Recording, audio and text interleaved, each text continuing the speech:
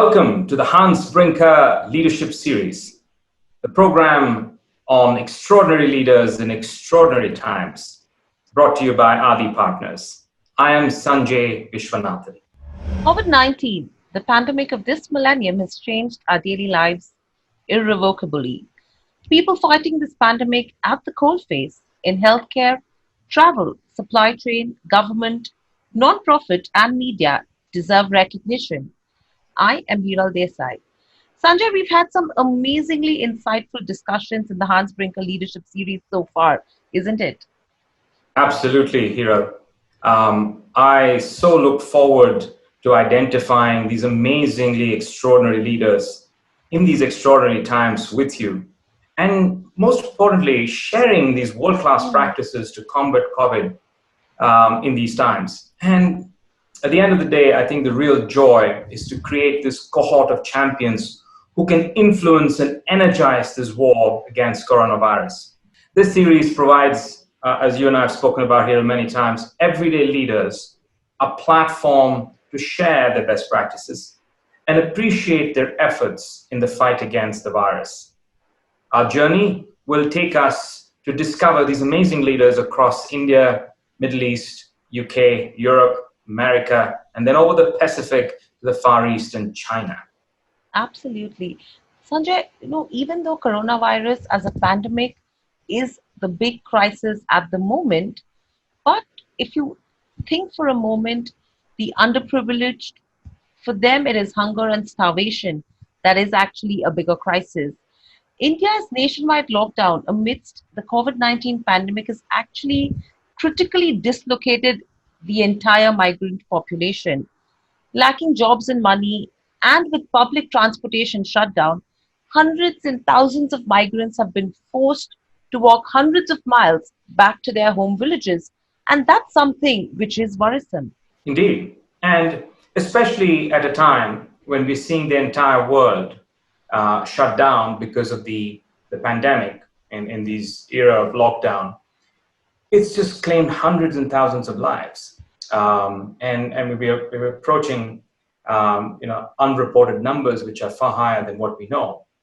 And it is at these times that you're seeing non-profit organizations really come up the curve and do something for people and society. It is in this context that I have great pleasure to introduce Anshu Gupta, who many of you may know is a household name in the world of non-profit. He's founder director of a seminal organization called Goonj, and I'm sure he needs no introduction. My only disappointment is that the Hans Brinker program has been beaten by Ashoka and the Ramon Magsaysay platform because he's the winner of both. And of course, he's also been the Social Entrepreneur of the Year by the Schwab Foundation. What's remarkable is how quietly and modestly he has been at the forefront, along with his team, to fight this pandemic. And one of the initiatives, Hiral, that you and I talk about with some of our other leaders is Rahat COVID-19, which is truly remarkable in how it provides help and support to people. Welcome to the show, Anshu. Hi, thank you. And good to be here with both of you. Thank you, Anshu. Anshu, if we look at your journey, it is an absolutely fascinating journey that we've looked at. And I'm sure everyone knows what Goonj is all about. If you could just let us know what was the thought process when COVID-19 hit us and you took a call to initiate something called as Rahat COVID-19. What was that aha moment that came to you? So, the fact remains that we are in this space. And I think in the last few years, if you see India also, at least one major disaster every year, post-tsunami, one major disaster. And when we started Goonj about 2 decades back, one of the sentences which I still remember of mine is that why do you need a disaster to stand with people? Because half the world, in any case, does not need a disaster. It's already in that state of poverty, of migration, of hatred, of so many other things.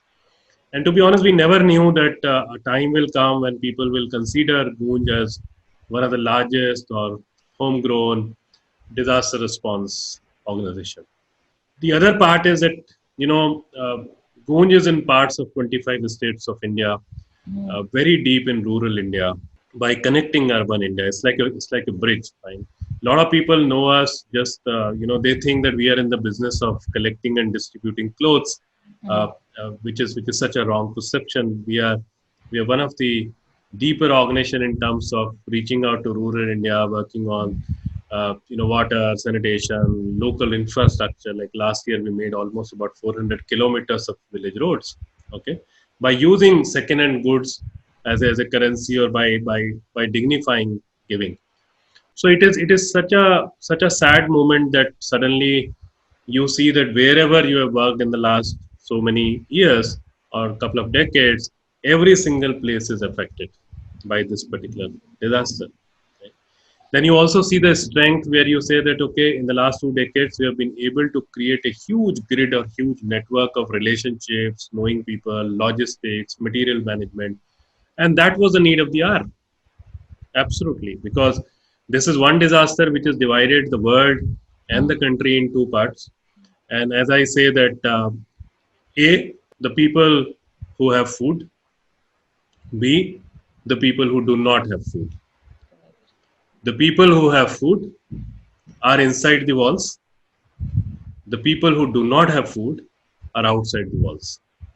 I mean, I see the world divided absolutely in two different parts right now, and especially if I talk about my country, that's how it is. And it's so sad to see that people who have made our houses, where we are all secured and can talk on this beautiful program, they are homeless, and the people because of whom we are inside the houses, who have grown rice and dal and whatnot, they are actually in the queues to get some so-called relief. So it's emotionally, personally also very, very painful. So AHA movement was nothing. I mean, in this particular case, AHA movement is that you suddenly realize that something which you have developed can be put to good use, suddenly pan India, and the learnings can go across the globe. Just that you have to tweak your model a bit. Absolutely. I mean, a lot of, I mean, new ways, new developments is something that everyone needs to look at. Anshu, rural development has always been your vision. Now, with COVID-19, what would the new mission be from here on? Because the kind of work Goonj is doing is spectacular right now. What is the kind of reach that you've also managed?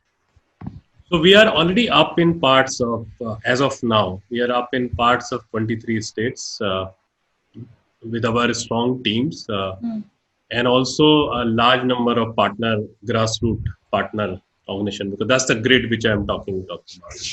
And not only the rural India, but also within rural India and the urban India both, we have also really tried to reach the missed out, the ignored communities. So if you talk about the sex workers, transgenders, HIV positive, people with disability, Devadasis in Karnataka, right? So there are lots and lots of these communities which are, or the patients of leprosy or the lepers, whatever you call them.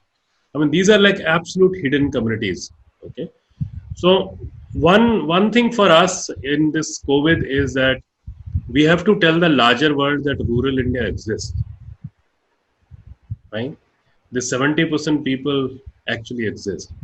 We have been valuing food, but we have never valued the farmer. We are valuing people, from there as so-called worker, but we are not valuing people in the villages. We are valuing cities. We are not valuing the villages. Villages in India and in many other countries are just the supplier of something for the cities. So they will, as farmer, they will supply food to us. Then when they become jobless and distressed, they migrate. They become driver here. They become maid here, and we are happy with that, right? But we have never ever valued people there. If we had two wires somewhere, we call ourselves innovators.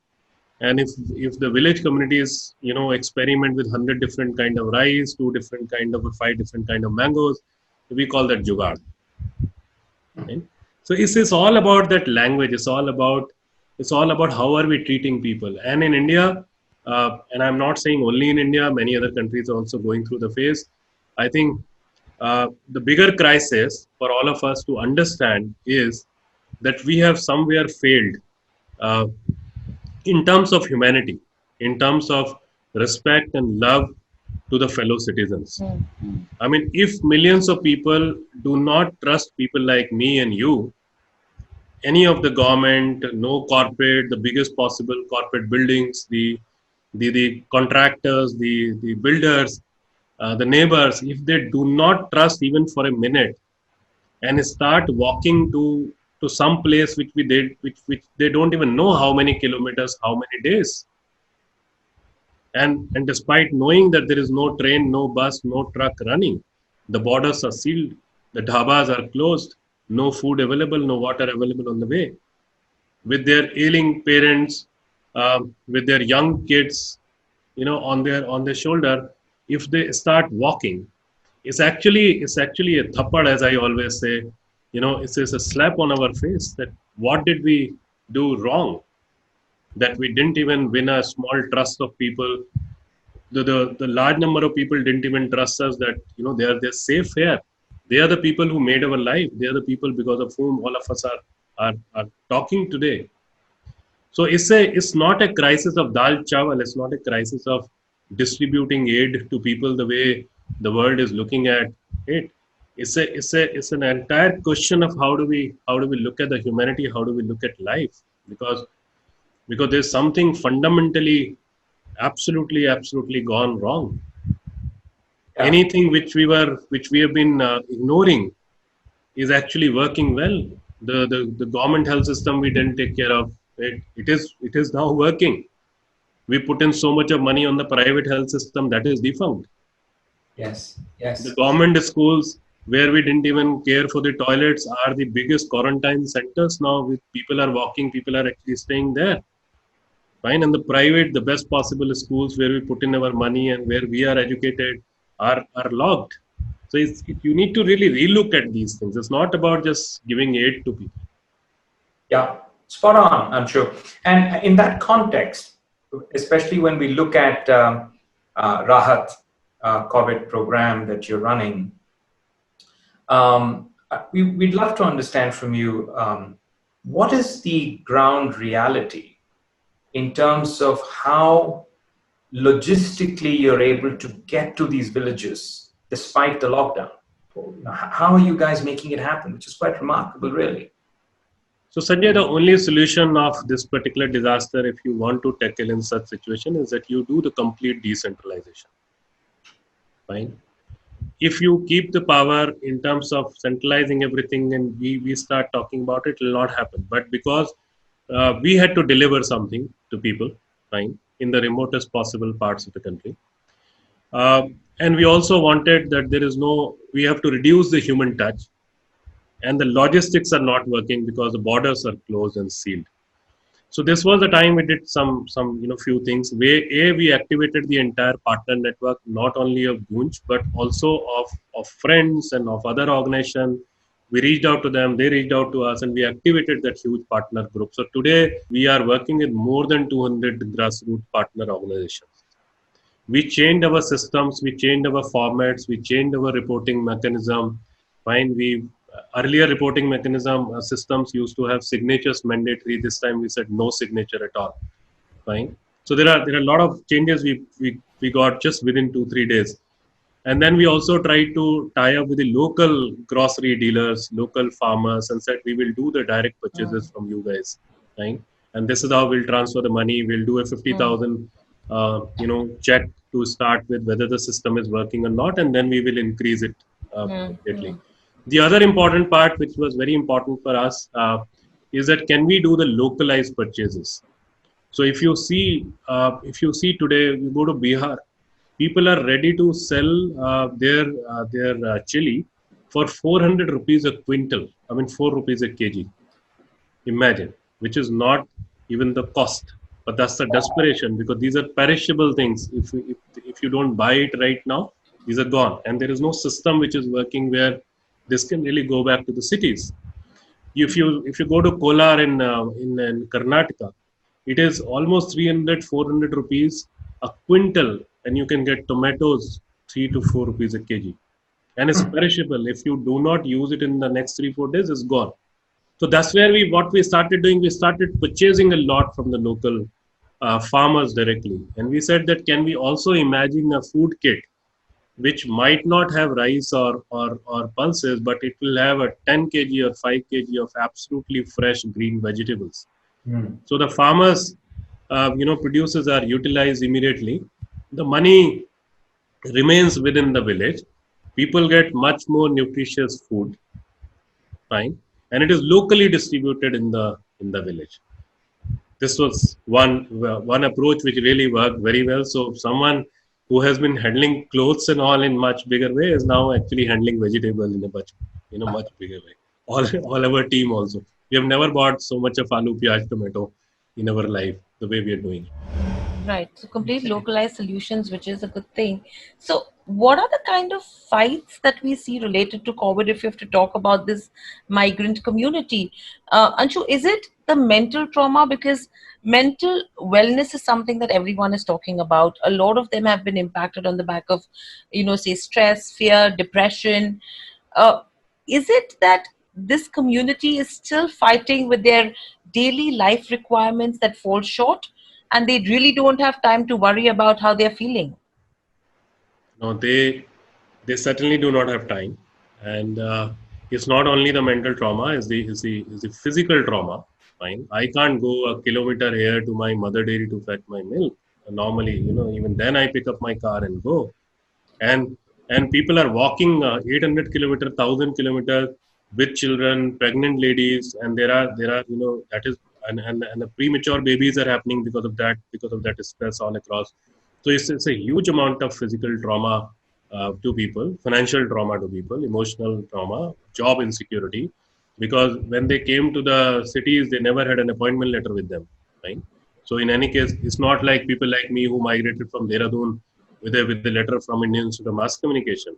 Right? So I'm also migrated. Almost all the leaders in the world are largely migrated. All the business people are migrated people. But imagine we only call the people who are on the roads as migrated worker. Even I am a migrated worker that way because I also migrated. This language also has to change. Just that I am not feeling say I might be having a psychological or emotional trauma, but as of now I am not feeling a physical trauma or or a trauma in terms of my livelihood Mm-hmm. or any kind of security. But this particular community which is going back is again going back to the uncertainty. There was something certain before this COVID in their life, which was their job or whatever way they were living, but now they are actually entering in the life of complete uncertainty. I mean, there's nothing certain. There's all uncertain. Terrific, Anshu. And so, in that context, one of the things I want to ask you is, given that you are in the front line of this war against the virus, uh, what are you seeing as results India is achieving against COVID on the ground, in India's battle against COVID? So I can say both. I can say the negative and the positive of it. The one important part where India needs to really focus a lot is certainly uh, focused much more on the villages than just talking about the revival of the industry here. Okay, because this is a migration which has not happened towards such cities. It has happened from the cities. Mm. So today, already resource-starved villages have much lesser resources and much more people. So even if we do the simple mathematics and common sense, we know that the problems are much larger there. And the life depends on three things in the village part right now, or the people of or and when I'm talking a village part, I'm also talking about large number of migrant population which is walking. A immediate issue is the hunger and the starvation, followed by all kind of debts and the loans from the loan sharks or from the local community at a rate of anywhere between 8 to 15% per 100 per month. which you are hardly able to pay back in the middle of the deadlock in terms of your earning. And third is the worst scenario if people are again forced to come back to the cities in desperation. I mean, they don't come by choice, but they come back in compulsion. So that is what I'm saying, that very few people are actually focusing on the larger population which is in the villages, because city problems itself are very overwhelming. It's not that easy to tackle. So the focus has to shift here. As of now, with the voluntary sector and the common citizen of this country largely, and some parts of corporates also, I think we have been able to take care of some part of the immediate hunger, but that's just the little bit of survival part. We need to do much, much more. Got That's the it. hope. An aspect that we've heard from some of your colleagues in the nonprofit sector that we've spoken to on this program has been the stigma attached to COVID in rural India. And it appears that a lot of the migrant worker community that's gone back to the village are not being taken back into the community because of the stigma associated with COVID. And given that rural India is the backbone of the country, do you see this stigma being a social challenge? And if so, what should we be doing about it? So Sanjay, and Hiral, rural India will come out of it soon. Fine, they are much more sensible, beautiful people than us. I mean, if the societies cannot accept the doctors or the frontline worker in their own residential areas, if my city of Faridabad closes the border with the city of Delhi and does not even allow the doctors and nurses to come here, what are we talking about? I mean, people like us are much, much more afraid. Right? I mean, how many of us have really come out and have really done something? Let's talk sense about this also. To be honest, very few people. Yeah. At least they will not come on the roads. So stigma and all is a much bigger problem here with people like us. Villages are still managing it. And within 14 days, 15 days, they will be integrated in the families. First 14, 15 days are extremely tough, because the way in the world we have positioned this disaster, instead of, you know, uh, instead of talking some good things also and how to handle part, we are just saying, don't do this, don't do this, don't do this. I mean, imagine, I'm actually questioning the entire concept of social distance. Why do you need a social distance? You need to be much more closer socially. You need a physical distance. Yes. So why are we mixing up physical distance with a social distance? I mean, socially, in this kind of disaster which has affected the entire world, socially we need to be much more united. We need to, every single neighbor must know that if there is a crisis in my home and I am not getting food, someone else is there, will take care of me. But completely across the globe, we started talking about social distancing instead of literally calling it physical distancing. And if you see in the literal terms and in the practical terms, it's just the physical distance. What else? I mean, I can still shake hand with you, but I have to stand 3 feet away and say hello. That's it. What else? But we have made it such a huge issue that every day we are just coming back and saying, don't do this, don't do this. This is also harmful. That is also harmful. Right? I mean, and then we are talking about a stigma, we are talking about psychological impact and all. I think let's talk about what we can do in this particular time. Yeah, I mean, that's an interesting point, especially with regards to social distancing versus physical distancing, and that's what needs to be maintained, as you're saying. Anshu, with this, another aspect that's come in on the back of social distancing is how people are using technology. For example, even today, if I have to go meet someone, I rather meet someone on Zoom versus actually going and physically meeting the person, and that's what everyone is thinking about.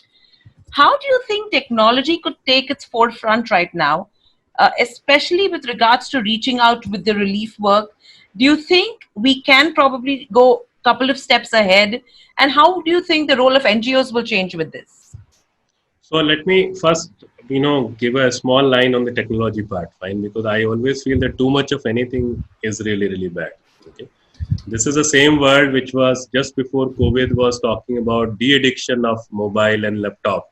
We wanted our kids to be actually de-addicted with this because they are confined to the small cocoons. Mm. And I remember a joke, like in Diwali, we all know in India, a lot of people used to go and meet physically with the people. So there is a joke. There was a cartoon when a family went to a family to meet, and the moment they opened the door, they actually said that, "Oh, is your WhatsApp not working?" Okay? It took me a second to just even get Yeah, that. exactly. Like, is your WhatsApp not working? Why did you come? Right? So the fact remains that all of us need that physical touch, and I'm really waiting for a day. I was telling someone that unfortunately a lot of us think that lockdown is a date announced by the government, but lockdown is not a date. Lockdown is, for me in my life, lockdown is till the time I can go freely and hug someone, because that's what I've been doing for last many years, and I'm missing that. I get my tears, by looking at some of my colleagues, some of my people outside, where I know that even when I reach back my office, I'll not be able to hug that freely. That's what is painful for me right now. Okay, so technology is good, but too much of that is going to be extremely harmful. Uh, if we cannot use the original intelligence, I mean, I don't know why do we need so much of artificial intelligence in any case. Uh, Remarkable, really. So I think to tie all of this that you're saying, Anshu, which is quite compelling in terms of what is going on the ground, what one should do on the ground as a nation Mm. and as a community, what would you say that India should be doing differently in its push against COVID? Because one of the things we heard on a panel with WHO, for example, was that we have to live with the virus for the next 4 to 5 years. So even if that is the sort of timeline we're talking about, what should India be doing differently, Anshu, in your view? I think we need to value our people much more. I mean, that's what I always feel, that the death of someone in an accident or walking should not be just a number.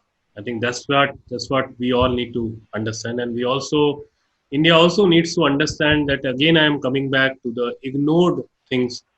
I think we were going in a wrong direction by, I think it was the issue of our priorities.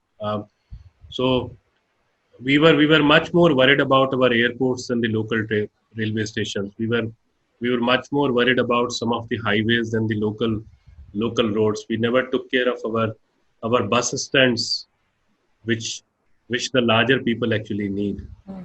Even today, if you go to the airport, the machines do not even allow you to carry your 7 kg of hand luggage. Even that, the machine walks you, right? But if you go to the Indian railway station even today, with your families and friends and little kids and ailing parents, you go on the platform number 8 by walking, climbing, and at platform number 8, you suddenly get a news that, like, the train will go from platform number 1. There are no escalators. There's nothing which really takes care of your luggage. Even today, when I was a student, when I was a kid, and now, a lot of things have not changed in the way they should have changed. I'm not saying the change has not happened. Change has happened a lot. So I think we need to prioritize much more to our public health system, local hospitals. I mean, the health system cannot be in the hands of just the biggest possible private hospitals.